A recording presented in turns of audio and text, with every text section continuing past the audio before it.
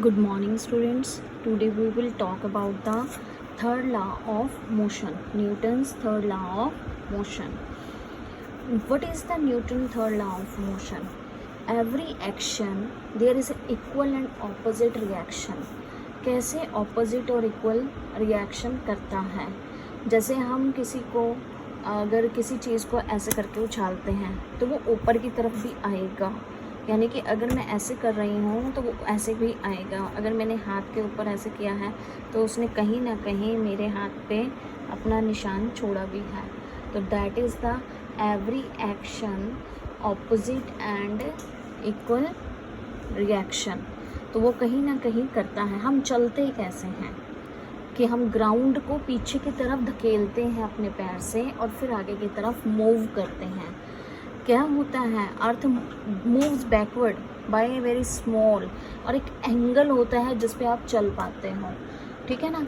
और अगर वो एंगल ना बन पाए तो आप गिर भी जाते हो। तो वो कहीं ना कहीं हमारा जो एवरी एक्शन होता है वो ऑपोजिट टू द रिएक्शन भी होता है। नेक्स्ट है स्विम करते हैं हम, ठीक है। माना पानी में हम कूदे, अगर हम पानी को ऐसे करके पीछे की तरफ नहीं धकेलेंगे, अपने हाथों से ऐसे करके धकेलेंगे, तभी तो वो हम आगे की तरफ वो हमें मूव करवाएगा तो वो हम आगे की तरफ मूव हो जाएंगे। तो ये हमारा क्या है, ये हम मूव कर सकते हैं ईजिली, क्योंकि एवरी एक्शन हमारे हाथों ने पानी को पीछे धकेला और पानी ने हमें आगे की तरफ धकेल दिया, तो हम स्विम कर लेंगे ईजिली।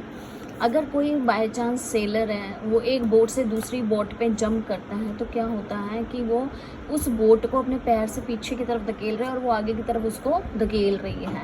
तो every action opposite to the reaction, that is the Newton third law of motion. Next आपका इसमें आता है law of conservation of linear momentum.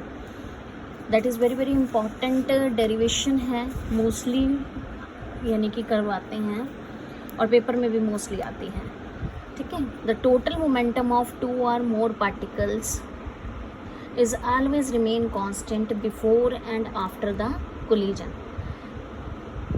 पहले दो अलग अलग बॉल्स हैं, ठीक है, फिर वो कोलाइड हुई, आपस में टकराई, और उसके बाद भी वो अलग अलग हो गई। तो हमने यही देखना है कि कैसे वो अलग अलग थी, फिर वो कोलाइड हुई, फिर वो अलग अलग हो गई। Before collision and after collision दोनों का हम वो देखेंगे। क्या है, मास है और वेलोसिटी है। MAVA यानी कि मास है इनिशियल का, VA क्या है, mass of velocity of initial. फिर MBVB, ये दोनों बॉल्स है ना, बॉल्स की दोनों की वो लगाएंगे। हैवी ऑब्जेक्ट है A, तो जो आपका मास होगा MA, इनिशियल वेलोसिटी क्या है VA, फाइनल वेलोसिटी क्या है VA। इनिशियल मोमेंटम क्या हुआ MA UA और final momentum MA VA। Change क्या होगा, दोनों में माइनस कर देंगे। रेट ऑफ चेंज टाइम से डिवाइडेड करेंगे, क्योंकि मैंने पहले ही बताया था। तो FAB क्या हुआ, फोर्स कितना लगा A से B तक जाने में, तो दोनों का rate of change according to Newton law FA is equal to minus FBA। ये आफ्टर भी सेम वैसा ही कोलिजन सारा ही चलेगा, ठीक है। और उसके बाद आप क्या दोनों की डेरिवेशंस को माइनस करेंगे, क्योंकि FA is equal to minus FBA। तो फिर दोनों के बाद इन दोनों को डेरिवेट करेंगे और क्या निकलेगा, जितना पहले था कोलिजन में फाइनल मोमेंटम उतना ही बिफोर रहता है। आफ्टर होने के बाद और बिफोर होने के बाद दोनों इक्वल हो जाते हैं। That is the very very important. Thank you and have a nice day.